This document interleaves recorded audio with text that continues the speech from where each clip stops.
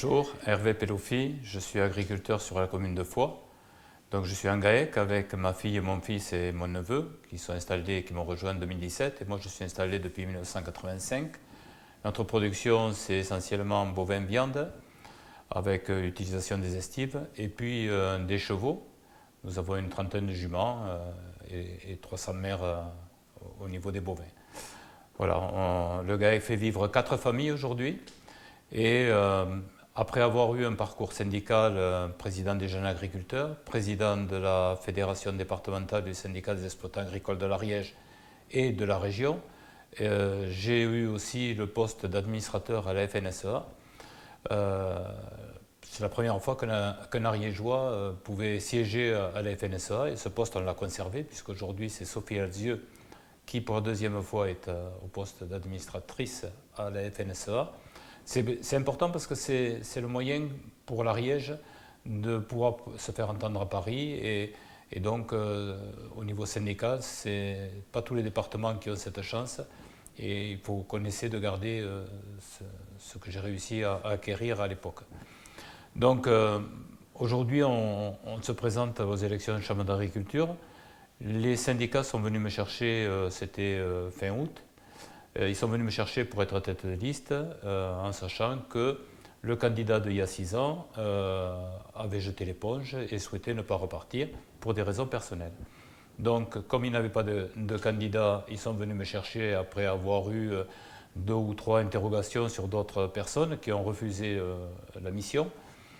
J'ai accepté à condition que les JA, les jeunes agriculteurs et la FEDE, Fédération des exploitants agricoles, soient unanimes sur ce choix-là.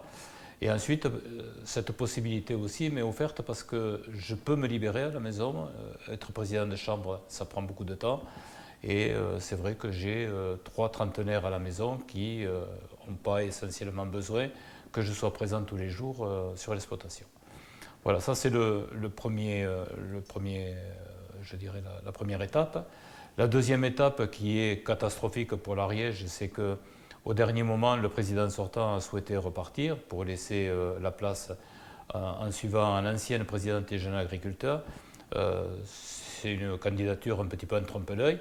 Quel dommage, parce qu'aujourd'hui, on est en train d'ouvrir la porte, mais en grand, à la Confédération paysanne, qui, jusqu'à maintenant, n'arrive jamais à dépasser la FEDE et les JA. Depuis 18 ans, nous tenons la Chambre d'agriculture, le syndicalisme, mais aujourd'hui, on prend un risque énorme avec 2 listes en face à la Confédération paysanne, de les voir arriver pour gérer la Chambre. Ils portent une vision de l'agriculture, pour certains, qui va être vraiment dérangeante. Le mot irrigation pour faire du maïs, c'est quelque chose qui est banni par la Conf. Moi, je suis allé les écouter au mois d'octobre à Lavelanet, associé avec le Chabot, et j'ai bien retenu la leçon. Ils ne veulent plus entendre parler ni de maïs ni d'irrigation. L'irrigation, ils en veulent pour le maraîchage, pour l'arboriculture, mais pas plus. Donc, je pense que les gens qui sont partis sur la liste en face de nous, la liste soi-disant libre, prennent un risque majeur et je le condamne. Voilà. Alors après, notre programme aujourd'hui, il n'est pas compliqué.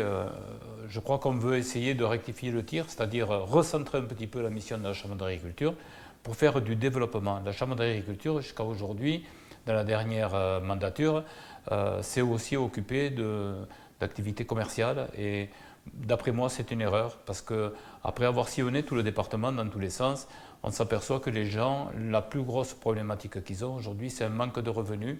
Et ce manque de revenus, pour y pallier, je pense qu'il faut revenir aux fondamentaux. Il faut que les techniciens en chambre d'agriculture aillent sur le terrain, resserrent un petit peu les boulons, apportent le conseil technique qui des fois manque. Et puis, pas que le technique, il y a aussi l'aspect, je dirais, pas sanitaire, l'aspect réglementaire qui est de plus en plus prégnant. Et aujourd'hui, on ne peut pas se louper là-dessus. Quand vous avez un contrôle PAC, si vous n'êtes pas en règle, que vous perdiez les aides, si vous perdez les aides, vous perdez, c'est sûr, le revenu à minimum. Donc voilà, il faut revenir à ces fondamentaux et je pense que C'est le choix que l'on veut faire. On a des gens compétents à la Chambre d'agriculture, mais je pense qu'aujourd'hui, certains, et ils s'en plaignent d'ailleurs, on leur fait faire trop de papiers, trop de comptes rendus et pas assez de terrain.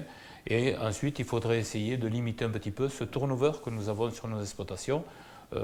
Juste un exemple, ils sont nombreux les jeunes qui me le disent, et je l'ai vécu sur mon exploitation. Les 5 premières années où mes jeunes se sont installés, ils ont eu 5 conseillers différents.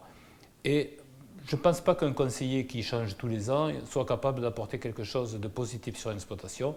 Une exploitation, ce sont des entreprises qui sont complexes. Pour arriver à apporter des éléments pour modifier, faire évoluer, améliorer le revenu, il faut bien connaître le fonctionnement, il faut connaître l'exploitation, il faut du temps. Et ça ne peut pas se faire avec un turnover aussi important.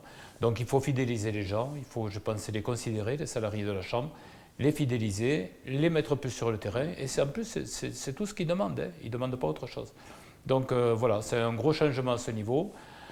Et puis l'autre changement avec notre liste, c'est qu'aujourd'hui, on part avec des gens nouveaux, des gens qui ne sont pas des sortants.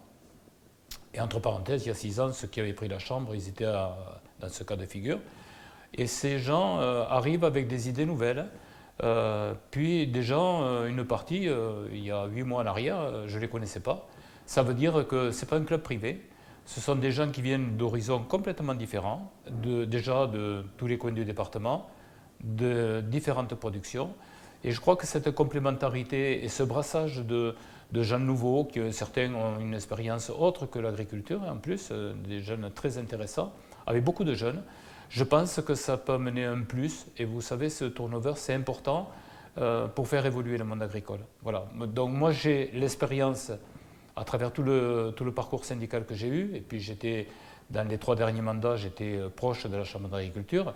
Entre parenthèses, au dernier mandat, le président sortant m'avait confié le journal Terre d'Ariège. Je l'ai géré pendant 4 ans.